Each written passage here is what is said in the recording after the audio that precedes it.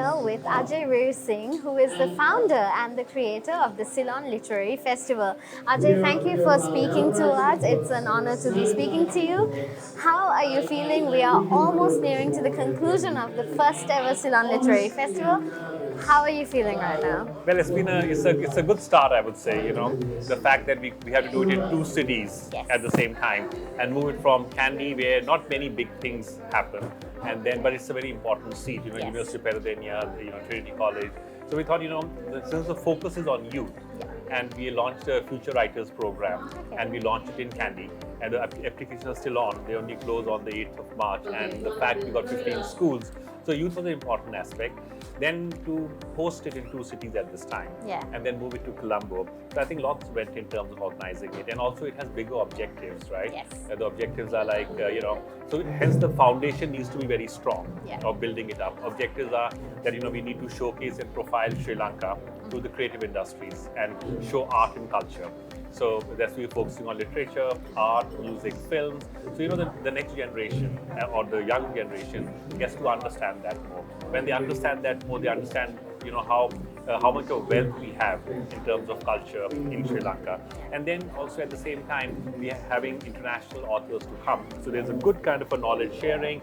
So this program becomes a very strong program where as we go on into the future that we build on, we kind of, build a very strong foundation and people look at Sri Lanka as a vibrant, creative society and tourists get attracted to it, investors want to come. And so it's like it's a nice thing to kind of do for any country. Yes. Yeah, so we're very focused on that, Well, it's lovely, and also the fact that a lot of international authors are coming in together with the local authors. How was that process, and what was that process like, and what was the bigger aim of it? I know you mentioned it, but like how exactly did you decide on how to put them together? So the idea is we picked up experts in all the field, right? So we said, okay, it's a much wider platform. So we had Ashok Ferry, curator for the literary part of it, then we had Shanila Alice, curator for the art side. Like this we had for music and films as well. And there were 4 curators, and then we had we had a creative council that kind of put together the right kind of people. And yes, it's the first one, so there's a lot of learning. So when the learning happens, then we'll improve for the next one, and we keep expanding. So this year the idea was, okay, let's see how it's been received. Then what kind of policies we put in place, what kind of foundations we build on, and then we expand from there. And to me, I mean. It's the first year, right? And still we could do it in two cities. And the fact that we're doing it with a very deep purpose, right? With the purpose of there's what you're seeing outside. It's just a little part of it, but how deep we are building it up is a much bigger part, right? Of where you want to go with it. So yes, we had a creative council, and then we had different kind of curators for each of those streams. So each of those streams can be built up as we go on. Okay, and also because you mentioned how it was in Kandy and in Colombo, how did you decide on Kandy and Colombo to start off with? We are thinking that Kandy is a very interesting city, right? But so much more can be done there. So that's why we said, okay, let's look at Kandy. You got amazing literary or educational heritage there. We had a talk with, on David Painter, whose murals are in Trinity, and he was from Kandy, right? So some of the great artists come from Kandy. I just thought it would be a very interesting twist to start it in Kandy and then bring it to Colombo.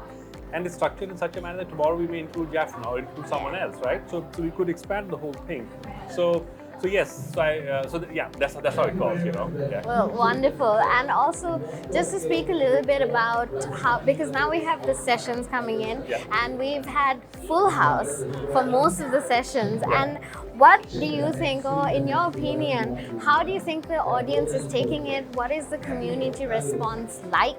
And what you aimed it to be? So I was very thrilled. Like yesterday, we had a packed house, right? And so we have a lot of Sri Lankan authors who are very excited. So we were not sure how it will be when we started, but wow, I'm really encouraged with the response. And the fact is we did it at the library, which is like it's a very interesting thing. You study and there's a library and reading and library.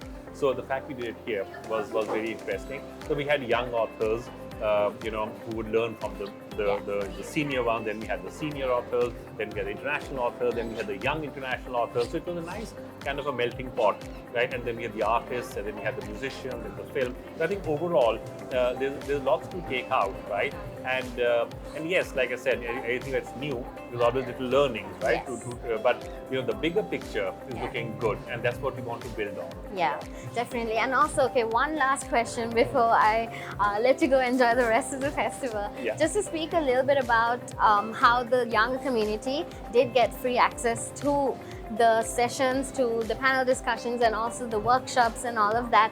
How was it, and what was it that you expected for it to bring out? Because I've been part of the sessions and I heard a lot of the young authors speak to the seniors, like you mentioned. What was it that do you think the young community can learn from it, and how do you think they brought, like, how do you think they're taking it? Well, we had decided from the beginning it'll be a free student for students or youth. We have to make it as accessible for them as possible. So students are free and schools could come in, right? Idea is that we need to engage them, right? And I felt it was this opening. It was a really welcome one, right? And we have children's festival happening outside there. So we have the school children, the youth, and the kids, right? So if we engage them more and things like that, it will be really a welcome kind of a move for all of them.